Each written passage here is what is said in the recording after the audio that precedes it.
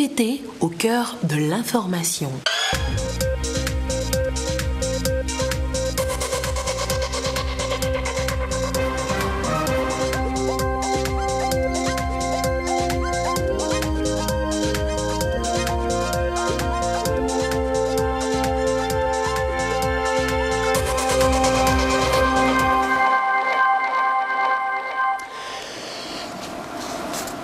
Il est 20h, bonsoir à tous. L'actualité ce soir, c'est l'ouverture du 8e Salon international de l'agriculture et de l'agroalimentaire de Lomé. Cérémonie cet après-midi. L'accent cette année est mis sur une production bio. Nous en parlions hier déjà, faire de nos économies informelles de véritables économies formelles. Ce soir, projecteur sur le rôle des patrons, celui des employés dans cette transformation. Autre préoccupation évoquée dans cette édition ce soir, nos bassins de rétention tiennent-ils devant les fortes et interminables pluies qui s'abattent sur Lomé et le Sud Togo? Eh bien, nous sommes allés regarder de près, à suivre tout à l'heure dans cette édition. Voilà, madame, monsieur, le sommaire. Bienvenue, voici le 20h. Nous commençons d'abord par les bonnes nouvelles de Dr Patrice Kwame annoncé ce mardi au chef de l'État. Le secrétaire exécutif du Conseil de l'Entente a été reçu en audience par le président Faure Gnassingbé. Et voici donc sa déclaration au sortir de l'audience. Nous avons une cérémonie officielle de remise d'équipements d'électricité par énergie solaire à Sokodé, dans un village de Sokodé qui s'appelle Oku, le vendredi. Donc nous avons électrifié 14 villages. Et les représentants de ces 14 villages vont se retrouver à Oku. Et nous aurons une cérémonie officielle de remise des équipements à ces représentants. Donc c'est le premier point, il fallait que je puisse donner l'information à M. le Président de la République. Le deuxième point, c'est le sommet des chefs d'État. Donc la décision a été prise par les chefs d'État de se réunir le 29 novembre ici à Lomé. Ça fera le point du fonctionnement du Conseil de l'Entente et son bilan. Mais c'est prévu par les textes, les chefs d'État doivent se réunir régulièrement et ça fait partie donc de cette réunion. Et voilà donc les bonnes nouvelles de Dr Patrice Kwame annoncé donc ce mardi au chef de l'État. Lui, il est enfant de mission chez nous au Togo. L'ambassadeur du Canada quitte notre pays. 3 ans d'exercice. Dr Cameron est donc allé faire ses adieux au chef de l'État, le diplomate canadien au micro de Ramdan Bassina. C'était un plaisir de rencontrer son Excellence cet après-midi. C'est ma dernière visite au Togo. J'ai complété mon mandat de 3 ans et nous avons eu une discussion concernant l'évolution des relations togolaises canadiennes et le renforcement de nos efforts pendant ces derniers 3 ans. Je deviendrai le consul général du Canada à São Paulo, Brésil. C'était vraiment un plaisir de connaître un peu plus le pays, son gouvernement, le peuple togolais. J'avais eu l'occasion de visiter peut-être 8 ou 10 fois et pendant 3 ans, visiter quelques communautés rurales pour voir en action l'appui canadien pour renforcer le statut et les conditions féminines ici et pour développer les compétences des jeunes. Alors j'ai de très bons souvenirs de mon mandat ici et je souhaite à tout le peuple togolais un futur de prospérité et de paix. Et voilà donc l'ambassadeur du Canada au Togo, enfant de mission dans notre pays. Je vous l'annonçais tout à l'heure en titre, Cialo 2019. Eh bien c'est parti. Le Salon international de l'agriculture et de l'agroalimentaire a donc ouvert ses portes. 8e édition cette année pour cette vitrine du secteur agricole. L'accent cette année est mis sur une production bio et à l'ère du PND, véritable opportunité. La cérémonie de lancement, le récit, Innocent Sianyama, Gérald Agoudjou. L'agriculture togolaise sous le coup des projecteurs. C'est à travers le Salon international de l'agriculture et de l'agroalimentaire de Lomé, Cialo. Une vitrine offerte pour la valorisation et la promotion des produits agricoles localement issus de la terre nourricière. Les innovations qui sont à l'ordre du jour cette année, Cialo Academy est un concept que nous avons mis en place pour encourager l'agro-entrepreneuriat et la création de l'emploi. Donc sur toute la période du Cialo, nous avons choisi un domaine particulier qui est la cuniculture ou l'élevage du lapin pour former plus de 50 jeunes. À la fin de la formation, ils seront testés et les meilleurs partiront avec un kit. Nous voulons désormais, à partir de l'année prochaine, faire la promotion de nos régions.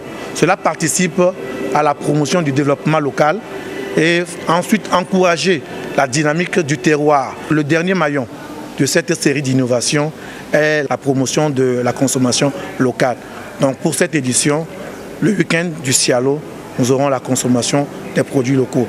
Mais pour cette première édition, nous serons avec les plats, les saveurs de la région des Savanes et de la région de l'Akara. Cialo, c'est également une plateforme de rencontres et d'échanges entre les acteurs et les professionnels du secteur venus d'ici et d'ailleurs. Des expositions et échanges vont porter sur l'élevage, la pêche, l'agroalimentaire, la gastronomie et bien d'autres facteurs qui font de ce secteur un pourvoyeur d'emplois et un réel contributeur dans l'économie nationale.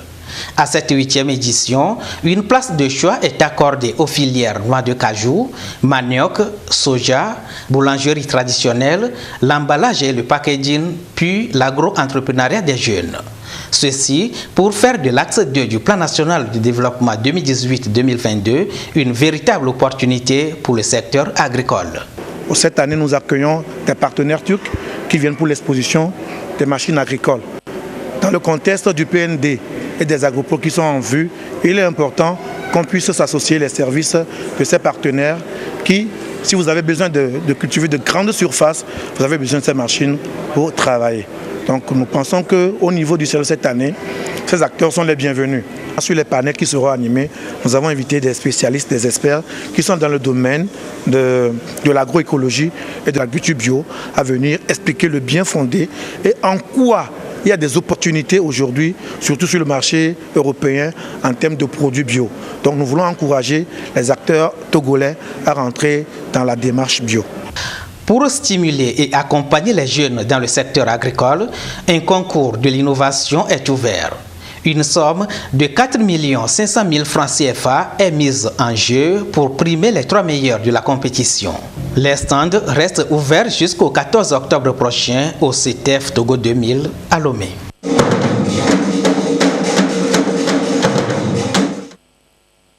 Agir pour l'avenir, une alimentation saine pour un monde faim zéro. Eh bien, le Togo, prêt à relever le défi. Notre pays se donne donc les moyens. Le ministre de l'Agriculture, de la Production animale et halieutique a lancé jeudi dernier l'initiative Télé et Food. On en parle avec lui, présent sur notre plateau ce soir dans cette édition. Monsieur le ministre, bonsoir. Bonsoir. Et merci d'avoir accepté notre invitation alors au lancement de Téléfood. Jeudi dernier, vous aviez fait un appel de fonds, vous incitiez même, on vous a entendu, les entreprises à accompagner chacun un producteur. Et ça, c'est du nouveau dans les habitudes. Alors, monsieur le ministre, comment est venue l'idée de cette innovation? Merci beaucoup pour cette opportunité que vous nous donnez de parler de cette opération Téléfood 2019. Comme vous le savez, le chef de l'État, lançant le PND, a lancé une innovation en matière de transformation de l'agriculture togolaise. L'axe 2, qui est dénommé Pôle de transformation agricole, nous invite à aller au-delà de la production primaire. Et donc, dans le cadre de cette opération de Téléfood, l'ambition a été placée au même niveau que celle que le chef de l'État a lancée à travers le PND. Donc, il est question aujourd'hui d'aller au-delà de la production, mais aussi de la transformation, de la commercialisation et de la restauration à partir de nos produits agricoles afin de contribuer à l'effort mondial de lutte contre la malnutrition dans le cadre de la campagne mondiale de l'alimentation qui est célébrée chaque année le 16 octobre par la FAO. Oui, on revient à l'initiative justement à cet appel-là que vous lanciez jeudi dernier lorsque vous appeliez les sociétés, les entreprises à accompagner chacun chacun, un producteur agricole par exemple, ça c'est nouveau ça dans les habitudes. Et tout à fait. Et de par le passé, l'opération de Téléfood qui consiste, il faut le dire, à mobiliser les efforts et les ressources au niveau local pour accompagner des communautés, était essentiellement destiné à un groupement ou quelques groupements en milieu rural à travers quelques kits. Cette année, dans les dimensions du PND, le choix a été porté de développer des pôles de transformation à partir de 2 plateformes numériques qui consistent à amener les producteurs à avoir l'usage de la technologie pour, en mode accéléré, développer leurs compétences et alors asseoir une capacité entrepreneuriale. Et il s'agit, et dans le cas d'espèce pour cette opération, d'arriver à générer 1000 entreprises. Et ces 1000 entreprises, nous faisons appel aux dons pour que chaque Togolais, chaque Togolaise, chaque société puisse être contributeur de la génération de ces 1000 entreprises sur lesquelles ils peuvent avoir une identité, comme on a des sociétés qui ont des clubs de football ou qui ont des kiosques où ils ont leur vitrine comme outil de marketing et de promotion.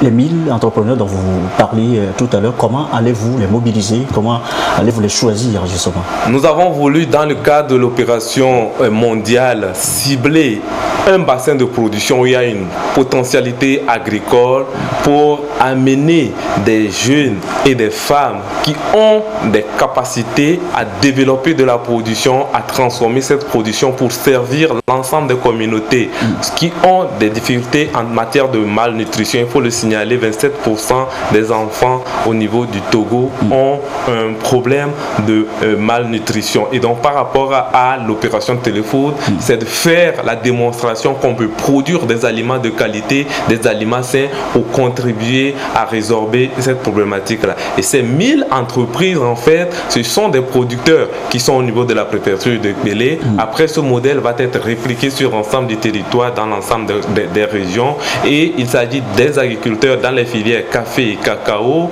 dans les filières anaca et dans les filières gingembre, dans les filières riz et aussi dans la restauration et dans la transformation. Et ce sont des jeunes qui sont déjà en train d'être identifiés par nos services et dans la préfecture. Vous l'évoquiez aussi tout à l'heure en début de propos, c'est en même temps une formidable opportunité pour le gouvernement pour aller justement vers la concrétisation de l'axe 2. Alors, envers les potentiels donateurs, qu'avez-vous, à qui vous faisiez quasiment la cour la dernière fois, qu'avez-vous ce soir encore à leur dire? Nous avons 3 messages clés. Aujourd'hui, nous pouvons agir pour une alimentation saine, pour une faim zéro dans le cadre de la campagne mondiale. Et on peut le faire en utilisant notre responsabilité sociétale ou nos crédits carbone pour les entreprises, pour générer des entreprises que nous pourrions voir grandir, où nous pourrions avoir, et ça c'est le 3e message clé, des possibilités de développer nos supports de communication par rapport au marketing et à la visibilité que chaque entrepreneur et chaque société recherche. Et pour ça, nous appelons les bonnes volontés à faire œuvre de générosité, nous appelons les bonnes volontés à faire parler leur cœur pour soutenir ces entreprises, et nous leur garantissons une transparence dans l'utilisation des fonds. Quand on les dit ainsi, ça paraît rébarbatif, mais il faut tout simplement rassurer les uns et les autres que tous les dons seront communiqués. Bien entendu, les donateurs qui veulent rester anonymes, ils resteront anonymes, mais tous les dons, quel que soit le montant ou l'équipement qui nous sera fourni, sera communiqué pour que chacun sache qu'est-ce qu'on a pu obtenir et ce à quoi ça sera destiné. Les gens peuvent aussi voir cela à travers les reportages, le suivi qui sera fait et qui sera aussi mis en ligne pour que chacun puisse facilement suivre comment se déroule l'opération. Message donc en direction des potentiels donateurs. Autre message peut-être ce soir, Monsieur le Ministre, envers peut-être les producteurs agricoles ou toute autre personne.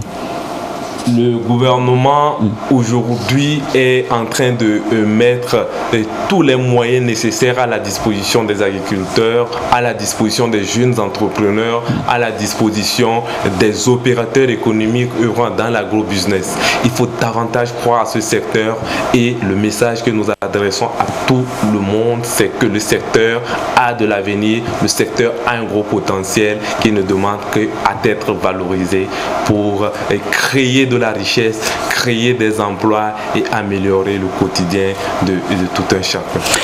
Merci beaucoup, Monsieur le ministre de l'Agriculture, de la Production animale et halieutique, Monsieur Noël Bataka. Merci pour toutes ces explications. Nous poursuivons donc ce journal. Nous en parlions hier. Déjà, l'idée aujourd'hui, c'est de faire de nos économies informelles de véritables économies formelles, plus structurées, plus organisées. Projecteur ce soir sur le rôle des patrons, celui des employés. Que doit faire chacun pour faciliter, rendre effectif cette transition, cette mutation? Et voici les approches de solutions avec Luc Assis. L'économie informelle absorbe près de 80% de la population active au Togo. Elle contribue à hauteur de 20 à 30% au PIB national. Que faire alors ou comment arriver à la formalisation de ce secteur d'activité? La question suscite de plus en plus l'intérêt des gouvernants. Les organisations non gouvernementales des employeurs et des employés se saisissent aussi de la préoccupation. Elles apportent leur contribution déclinée en stratégie et mécanismes. Les organisations d'employeurs ont progressivement essayé d'intégrer les acteurs de l'économie informelle ou en tout cas les entreprises, les entrepreneurs qui opèrent dans l'économie informelle de diverses manières. C'est-à-dire d'abord en termes de représentation, c'est-à-dire faire de ces acteurs de l'économie informelle des membres des organisations, donc en les encourageant à se constituer en association et à adhérer en tant qu'association. Parce que en tant qu'entreprise individuelle, c'est très difficile pour ces petites unités d'intégrer une organisation d'employeurs, mais donc de les pousser à s'organiser en association. Et également de porter leur agenda, c'est-à-dire leur agenda en termes de plaidoyer pour un environnement des affaires ou des entreprises qui soit plus favorable à la formalisation des entreprises et à la conduite des affaires d'une manière générale. Et l'amélioration de cet environnement des entreprises est un bénéfice aussi bien pour le secteur informel, puisqu'il peut favoriser donc leur transition vers l'économie formelle, mais également pour le secteur formel qui en bénéficie. L'autre aspect, c'est la fourniture de services, mais c'est un aspect qui est encore assez peu développé parce qu'il nécessite tout de même beaucoup de moyens, mais on a beaucoup d'organisations d'employeurs qui ont essayé de développer notamment des activités de formation. Sensibilisation, formation, plaidoyer et représentation sont donc quelques-unes des approches dont disposent ces organisations pour accompagner la démarche. La mutation de l'économie informelle vers l'économie formelle se révèle être l'une des clés d'un travail décent. L'impact sur le travail décent va se situer à un niveau principal. Permettre à tous les acteurs de l'économie informelle d'être dans des conditions dignes de travail, dans des conditions décentes de travail, aussi bien pour l'employeur, aussi bien pour le travailleur. Donc la recommandation 204, c'est ce qu'elle vise, avec en prime tout ce qu'il y aura de positif pour l'économie en elle-même. Parce que de l'informalité vers la formalité, on règle en même temps aussi toute une série de questions. Les droits des travailleurs, notamment la liberté syndicale, le droit des négociations collectives, le dialogue social, la santé, la sécurité au travail, les questions liées notamment à la protection sociale. Dans l'accomplissement de ce processus, c'est-à-dire la transition de l'économie informelle vers l'économie formelle, notre tâche en tant que Bureau international du travail consiste à faire de la formation aux organisations syndicales, notamment sur la recommandation 204 de l'OIT. Le Forum de Lomé aura donc le mérite de situer la responsabilité des organisations de travailleurs et employeurs dans la mutation vers l'économie formelle. Le BIT accompagne aussi le processus puisque c'est un axe majeur de l'obtention du travail décent pour tous. J'ai évoqué ce soir les comités de paix des instances qui appuient le HCROUM dans sa mission de réparation et de renforcement de l'unité nationale. Eh bien, ces comités mis en place depuis 2016 sont aujourd'hui officiellement installés. La cérémonie le récit Marie-Reine Abeta, Augustin Kossi. Un kit informatique pour chaque comité local de paix, de quoi permettre à ces forces vives de jouer pleinement leur partition dans le processus du renforcement de l'unité nationale au Togo. Pour le programme des Nations Unies pour le développement PNUD de Togo, il faut faire des comités de paix des instruments efficaces pour la mise en œuvre du programme de réparation et d'indemnisation des victimes des violences à caractère sociopolitique. Et au Centre de droit public de l'Université de Lomé de rappeler les premières heures du projet. Le Togo a souscrit à la déclaration d'Accra qui souhaitait que dans la sous-région, que dans les différents États, on puisse avoir une infrastructure de paix constituée par les différentes couches de la population qui permettent de régler les questions dans les communautés, dans la non-violence, dans l'apaisement total. Et c'est dans ce cadre que le PNUD est venu au secours pour soutenir le Togo dans la mise en œuvre de cette infrastructure de paix. Une fois mis en place, ces comités de paix 36 au total sont en amont et en aval dans le processus d'identification et de mobilisation des victimes pour leur prise en charge. Mission délicate à laquelle le PNUD les convie à faire plus et mieux. Vous devriez donc avoir constamment à l'esprit que vous avez le devoir d'apporter au Haut Commissariat de la réconciliation et au renforcement de l'unité nationale l'accompagnement nécessaire pour le succès du processus de réparation des victimes et plus globalement la mise en œuvre des recommandations de la Commission Vérité, Justice et Réconciliation. Vous ne devriez pas non plus oublier que la réparation des victimes par le HCROUM vise de façon générale l'apaisement du climat sociopolitique et la cohésion sociale. Et pour cela, ils ont à débattre au cours de ces 3 jours sur les questions multiples axées sur la paix, la justice transitionnelle, la réconciliation, le mandat de la CVJR, le HCROUM et les différentes avancées enregistrées. Pour cette institution, le temps presse, il faut hâter le pas. Le temps presse. Le temps presse également pour l'institution d'expérimenter les réparations communautaires ou collectives telles qu'elles sont inscrites à la recommandation 54 qui vise à l'apaisement du climat social dans nos localités. Partout où les conflits interethniques se sont manifestés, la recommandation 54 recommande au regard des impératifs liés à l'exécution de ce nouveau volet, que les activités prévues nécessitent davantage un accompagnement local. C'est dire que plus que hier, les membres des comités de paix, vous serez sollicités dans la conception et l'exécution de ces réparations communautaires qui, par essence, sont des projets d'intérêt public. Déjà, plus de 7600 victimes sur les 22 400 enregistrées par la CVJR ont bénéficié d'une prise en charge médicale, psychologique et financière à travers le pays. La drogue évoquée également ce soir dans l'actualité, véritable menace. Le Togo se dote d'un nouveau plan national de lutte sur les 4 prochaines années. En quoi consiste ce nouveau plan? Voici les précisions. Gisèle Kozona, Robert Potogoui avec Sandra Aziabé. La menace liée au trafic illicite de drogue et les criminalités transfrontalières devient de plus en plus grandissante et préoccupante avec l'apparition de nouvelles substances psychoactives. Une situation qui crée de l'insécurité et hypothétique l'éducation de la jeunesse. Le Togo, à la recherche d'une solution adaptée, actualise son plan national de lutte contre le fléau pour la période 2020-2024.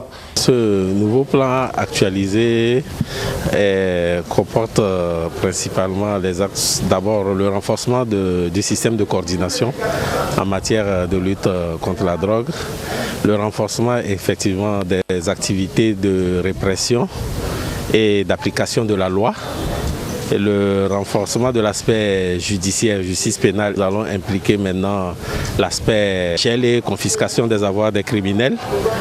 Ensuite, dans la nouvelle politique, nous allons mettre carrément un système efficace et adéquat de prise en charge de ces usagers de drogue. Le nouveau plan national intégré de lutte contre la drogue et le crime s'inscrit dans l'agenda 2016-2020 de la CEDEAO reformulée de 2008. La CEDEAO continuera d'aider le pays à relever les défis du trafic et l'abus de drogue illicite, ainsi que l'ensemble des pays membres de la sous-région.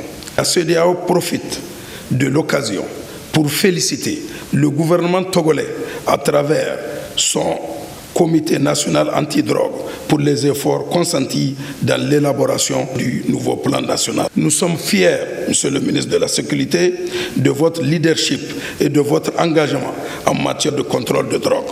En définissant une nouvelle stratégie de lutte, le gouvernement montre à suffisance sa prise de conscience du phénomène. Ainsi, il affiche sa volonté de garantir le bien-être et la sécurité de ses populations. Je me réjouis de quelques projets mis en œuvre, notamment l'implantation de l'unité mixte de contrôle des conteneurs, UMCC, au port autonome de Lomé depuis février 2011. L'installation en juillet 2012 de la cellule aéroportière anti-trafic et le renforcement du cadre légal et institutionnel en matière de lutte contre le blanchiment de capitaux et le financement du terrorisme.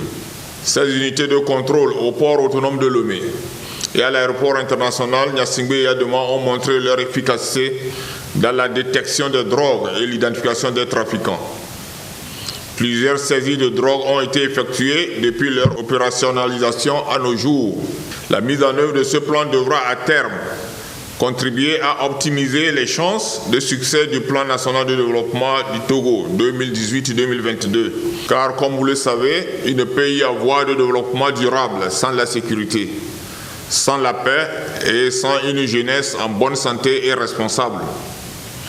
La drogue étant une menace réelle pour le développement de notre pays, nous devons fédérer toutes nos forces pour la combattre. Le coordonnateur régional de l'ONUDC, l'un des partenaires du projet, a félicité l'État togolais pour la réélecture de ce plan et appelle tous les acteurs à fédérer les énergies pour booster ce fléau. Il est intégré à l'actuel plan aussi bien les volets de prévention du traitement que celui de la répression.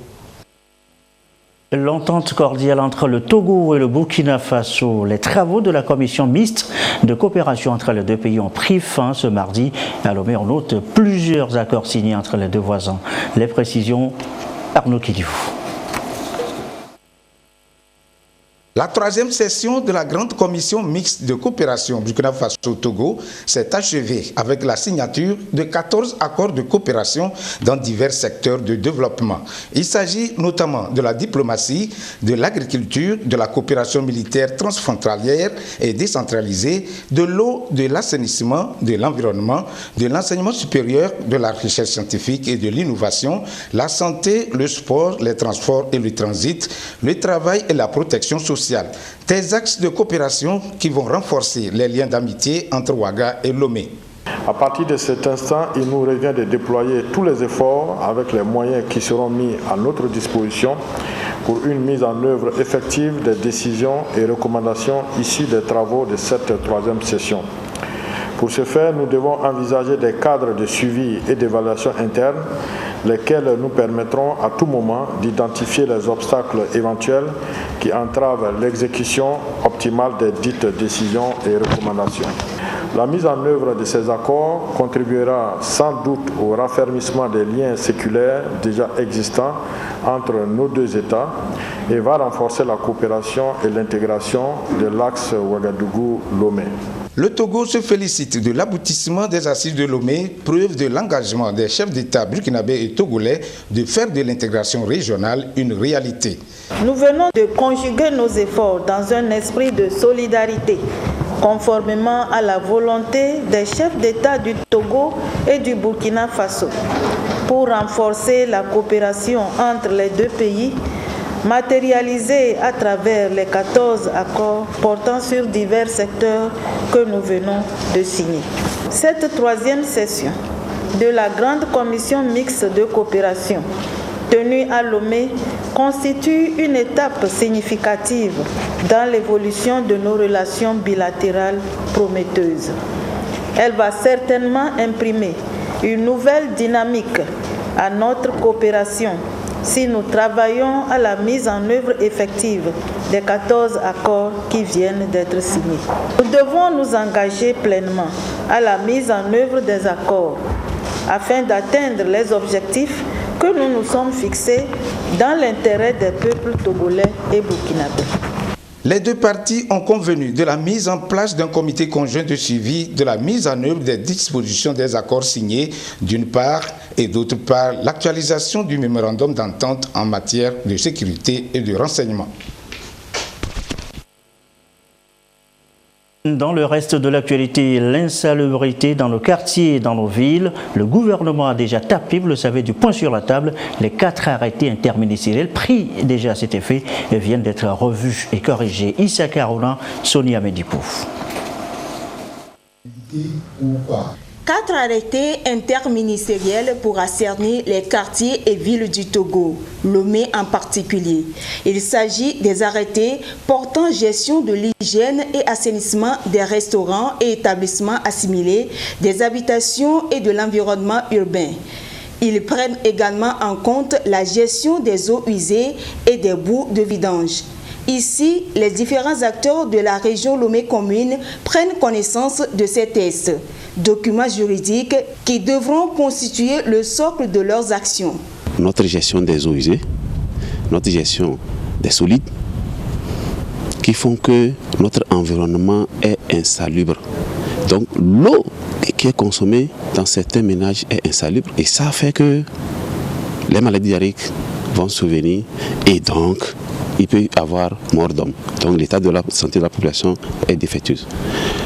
Au niveau donc de l'autorité, des autorités ministérielles, on a décidé d'encadrer ce secteur d'hygiène et assainissement du milieu par des tests juridiques en matière de l'hygiène, en matière d'assainissement pour amener la population à rentrer dans les bonnes règles. Après cette étape, s'en suivront les sanctions. Des sanctions qui vont des amendes aux peines d'emprisonnement. La même action se poursuit dans les autres régions du pays. Et pendant cette période de fortes et interminables pluies avec des risques d'inondation, nous l'annoncions en titre, le Premier ministre s'en préoccupait d'ailleurs encore hier seulement. Que deviennent nos bassins de rétention construits ici et là? Focus ce soir sur ces ouvrages avec Dodo Arrêt. Le niveau d'eau des pluies de ces dernières semaines se fait encore sentir dans cette maison. Les habitants restent incrédules. Quelques coups de balai à notre arrivée pour chasser la boue. Donc quand il pleut, l'eau nous envahit et on essaie d'évacuer l'eau. Des fois ça fait 1 mois avant que l'eau nous quitte. Selon les prévisions hydrométéorologiques, le ciel promet plus que ça les 2 mois à venir. Aux alentours des bassins de rétention d'eau construits de part et d'autre de la ville, des habitants qui, sentant le danger à venir, le gèrent à leur manière. Vous avez vu le niveau d'eau, non? C'est la cause de l'inondation là. J'ai dû déménager ici. Et c'est la télé qui reste. Je suis en train de chercher une place aussi pour enlever les choses. La famille est déjà hébergée quelque part. C'est moi seul qui viens à cause de faire des choses, des véhicules là, pour voir ça. Quand ça fait chose, je quitte aussi. Tous les maisons sont sous le bas-fond. Ils n'ont pas fait le remblage. Donc l'eau, ça reste dans la maison et puis ça rentre sur nos chambres. Moi, je suis à côté de l'étage là. Mais maintenant qu'on a fait le bassin, c'était propre. Tout va bien. Il n'y a pas l'eau. Les bassins de rétention sont une solution aux inondations répétitives qu'ont connues plusieurs quartiers de Lomé de par le passé. Mais lorsque les pluies deviennent fréquentes, ces bassins débordent. Les risques sont alors réels, notifiés dans le plan national de contingence. Ainsi, le Togo a mis sur pied l'Agence nationale de protection civile. Son mot de passe reste le système d'alerte précoce. Le système d'alerte précoce qui est chaque fois animé prend en compte tout ce qui va arriver peut-être dans 2 ou 3 jours. Quand on prend le barrage de Nangbeto seul, quand le barrage, on travaille avec la structure, la CEB, quand la CEB veut ouvrir les vannes au niveau du barrage de Nangbeto, nous sommes saisis et nous alertons les populations qui sont tout au long du fleuve Mono pour prendre les dispositions et quitter les lieux avant que l'eau n'arrive. Il y a eu beaucoup de bassins d'orage qui sont aménagés. Le bassin du 4e lac qui vient d'être inauguré du côté est de Lomé. Dans la ville de Lomé, en général, tous les bassins sont aménagés et ceux qui ne le sont pas, il y a un crédit qui est prévu pour pouvoir faire le curage de certains bassins qui ont connu des déchets lors de la saison passée. Au Togo, les régions à haut risque sont celles drainées par les principaux cours d'eau, Oti et Mono. Les lits des fleuves côtiers Haro et Zior et la partie sud-est maritime située en aval du barrage de Nangbeto. Sans oublier toutes les zones de bas-fond. À Lomé, plusieurs quartiers autrefois logés dans ces zones ont trouvé leur salut ces dernières années grâce aux grandes réalisations des bassins de rétention qui se sont multipliés et la dernière en date est le 4e lac. Donc ces bassins constituent un réseau en vase communicant. La pompe que vous avez vue là, c'est pour renforcer le système d'écoulement, le système de vidange. C'est des pluies qui pourraient être versées tomber sur 2 à 3 jours que nous avons enregistrées en quelques heures, en moins de 2 heures de temps. Et donc, la charge d'eau a été un peu plus que la contenance du bassin, mais aussi, il faut le reconnaître, que les canaux de drainage, souvent bouchés, soit par les ordures, mais aussi du sédiment, ne facilitent pas cet écoulement gravitaire. Et donc, le bassin est en train de jouer un rôle capital, un rôle important pour cette agglomération parce qu'il encaisse, retient une bonne partie du volume d'eau.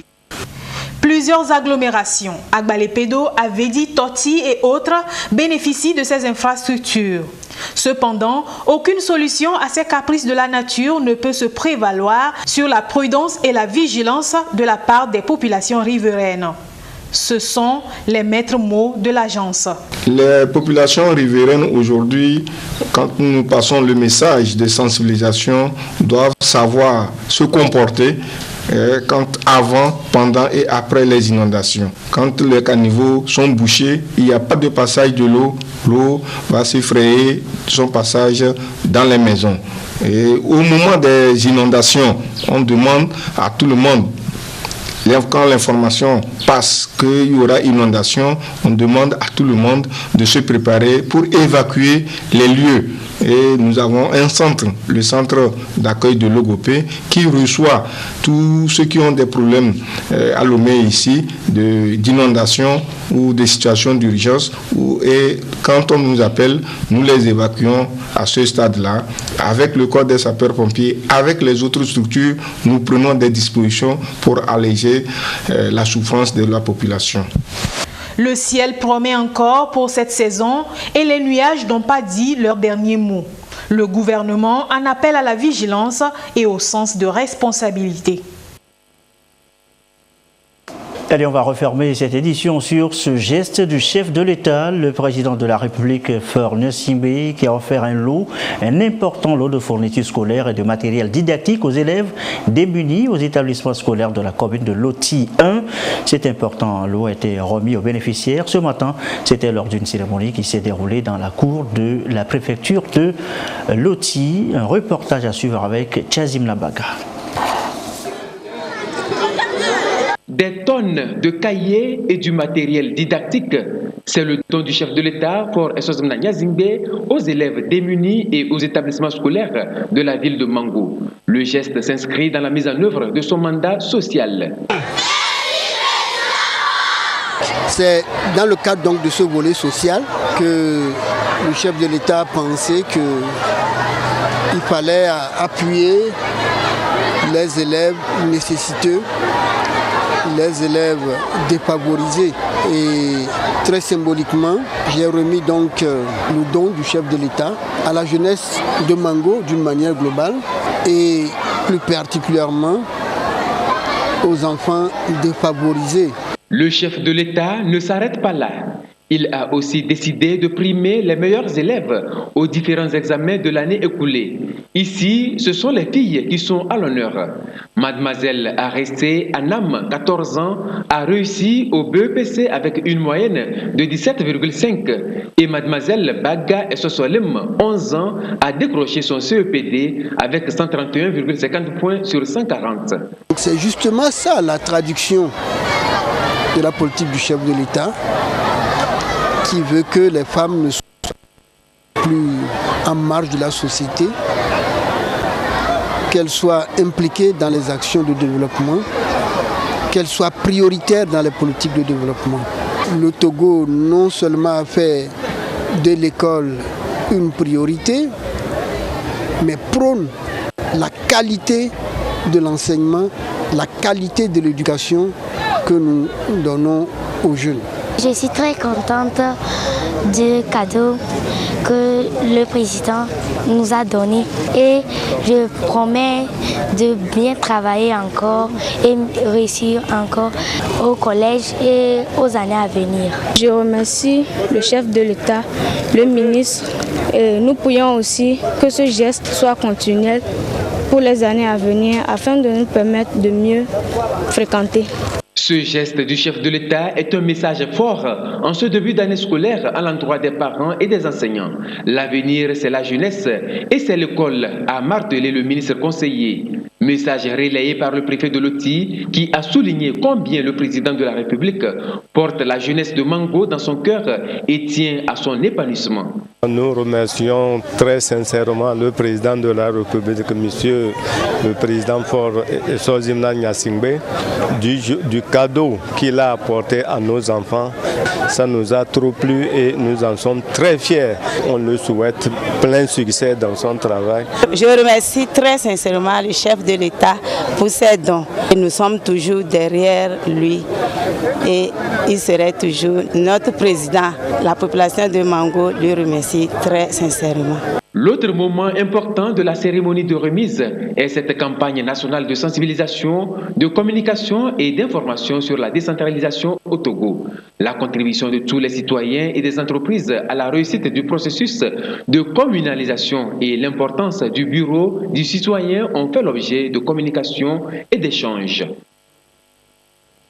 C'est de communiquer avant de refermer cette édition, communiqué du ministre de la Fonction publique, du Travail, de la Réforme administrative et de la protection sociale qui porte à la connaissance du public qu'un concours national de recrutement d'enseignants, fonctionnaires et de personnel administratif est ouvert à l'intention des Togolais des deux sexes pour le compte du ministère de l'enseignement technique et de la formation et de l'insertion professionnelle dans les centres de Lomé, Atakwame, Sokode, Kara et de Dapon. Les dossiers de candidature sont déposés dans les inspections de l'enseignement technique de la formation professionnelle d'Atakwame, Sokode, Kara et Dapon pour les candidats de l'intérieur et au cabinet du ministère de la Fonction publique, du Travail, de la Réforme administrative et de la protection sociale pour les candidats de la région maritime à partir du 15 octobre 2019. La date limite de dépôt des dossiers de candidature est fixée au 12 novembre 2019 à 17h. La date des épreuves écrites est fixée au 6 septembre 2019 dans chacun des 5 centres d'écrit suivants: Lomé, Atakwame, Sokode, Kara et Dapon. Les autres modalités du concours peuvent être consultées dans le quotidien national Togo Presse ou au lieu de dépôt des dossiers si dessus indiqué. Autre communiqué, celui du ministre Kosivi Egbetonyo. Dans le cadre de ses attributions, le ministre de la Culture, du Tourisme et des Loisirs organise une tournée de prise de contact avec les acteurs et promoteurs culturels de la partie méridionale du pays. pays selon le programme ci-après. Tchévier, vendredi 11 octobre 2019, de 8h30 à 10h30 dans la salle de réunion de la préfecture de Zion. Atakwame, vendredi 11 octobre 2019, de 14h30 à 16h30 dans la salle de conférence de l'action sociale. Vu l'importance de ces rencontres, la présence de tous est vivement souhaitée. Voilà. Et ceci met fin donc à ce journal. Merci à vous qui nous suivez ce soir à Ouagadougou, au Burkina Faso. Et comme d'habitude, toujours fidèlement, très belle soirée.